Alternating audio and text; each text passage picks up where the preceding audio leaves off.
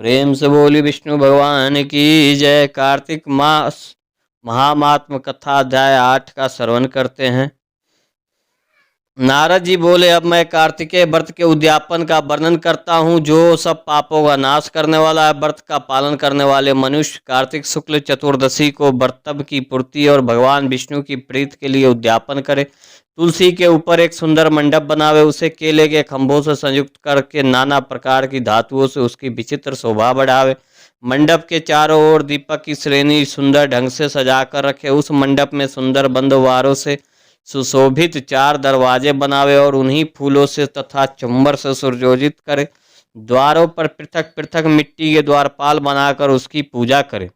उनके नाम इस प्रकार हैं: जय जय, विजय, चंड, प्रचंड, नंद, सुंद, कुमुद और कुमुदाक्ष। उन्हें चारों दरवाजे पर 2-2 के क्रम में स्थापित कर भक्ति पूर्वक पूजन करे। तुलसी की जड़ के समीप 4 रंगों से सुशोभित सर्वतोभद्र बनावे और उसके ऊपर पूर्ण पात्र तथा पंचरत्न से संयुक्त कलश की स्थापना करे। कलश के ऊपर शंख चक्र गदाधारी भगवान विष्णु का पूजन करे। भक्ति पूर्वक उस तिथि में उपवास करे तथा रात्रि में गीत वाद्य कीर्तन आदि मंगलमय आयोजन के साथ जागरण करे। जो भगवान विष्णु के लिए जागरण करते समय भक्ति पूर्वक भगवत्व संबंधी पादों का गान करते हैं, वे सैकड़ों जन्म की पाप राशि से मुक्त हो जाते हैं। जो मनुष्य भगवान के निमित्त जागरण करके रात्रि भर भगवान का कीर्तन करते हैं, उनको असंख्य गोदान का फल मिलता है।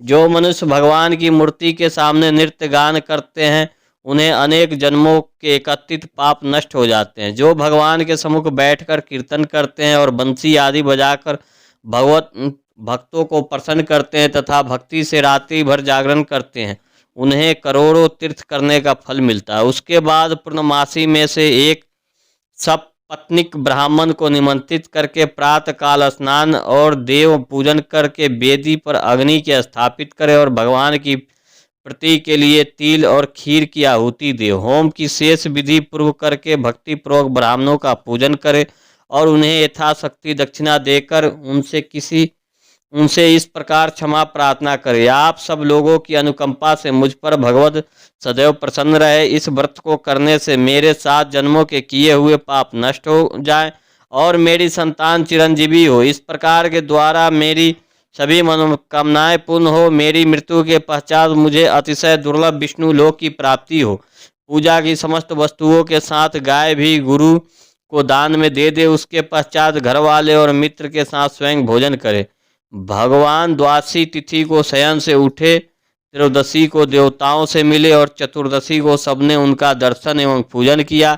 इसलिए उस तिथि में भगवान की पूजा करनी चाहिए। गुरु की आज्ञा से भगवान विष्णु की सुरमयी प्रतिमा का पूजन करे। इस प्रकार को पुष्कर तीर्थ की यात्रा श्रेष्ठ मानी गई है। कार्तिक माह में इस विधि का पालन करना चाहिए। जो इस प्रकार कार्तिक के व्रत का पालन करते हैं, वे धन्य और पूजनीय हैं। उन्हें उत्तम फल की प्राप्ति होती है। जो भगवान विष्णु की भक्ति में तत्पर हो कार्तिक व्रत का पालन करते हैं, उनके शरीर में स्थित सभी पाप तत्काल नष्ट हो जाते। जो श्रद्धापूर्वक कार्तिक के उद्यापन का महात्मा सुनता है या सुनाता है, वह भगवान विष्णु का सायुज्य प्राप्त करता है। प्रेम से बोलिए भगवान विष्णु भगवान की जय।